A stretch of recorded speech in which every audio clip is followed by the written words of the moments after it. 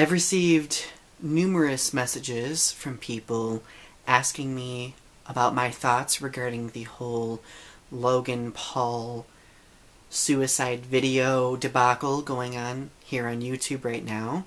And I decided to do a video about it because it does discuss and involve a topic that I talk about a lot, which is suicide. And this video, I'm hoping, not only is a reaction, but also serves as an open letter to him. So here it goes. So to give you a little bit of context, a YouTuber by the name of Logan Paul posted a YouTube video where he was doing a vlog in the Aokigahara forest in Japan at the base of Mount Fuji. It's normally called the Suicide Forest because a lot of people go there to take their lives. And he found a corpse and decided to film the corpse on camera. And ultimately, because I watched part of the video, I didn't watch all of it, but he was trying to create some sort of message talking about mental health and, you know, suicide awareness and things like that.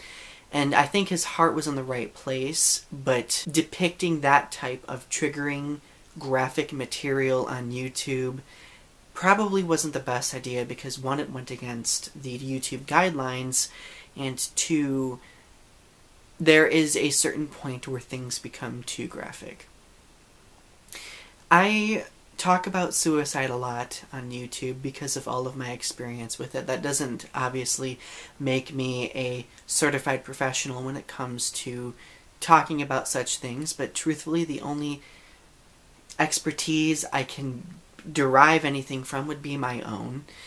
And that keeps me level-headed in the sense that when I talk about suicide, I know I have to be very cognizant of how I present myself, how I convey my messages, and what things I choose to focus on or not. There are situations where I provide trigger warnings. There are situations where I tell people that there is going to be something very difficult that's going to be discussed, but never would I ever do anything like that because it wasn't really taking into consideration his viewers, okay, and it wasn't really taking into consideration his, well, I mean, it wasn't taking into consideration the family of the deceased individual.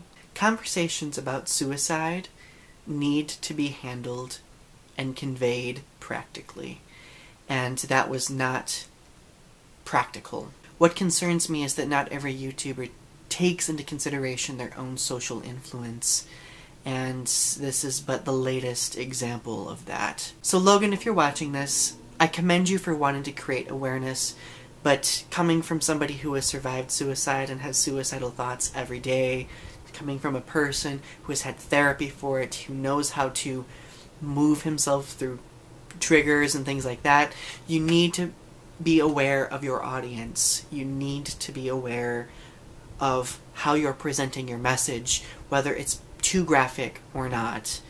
And I hope that you were able to rebuild your credibility, and I hope you do choose to continue the conversation about suicide awareness. Just use better judgment when you do so. But anyway, those are my thoughts.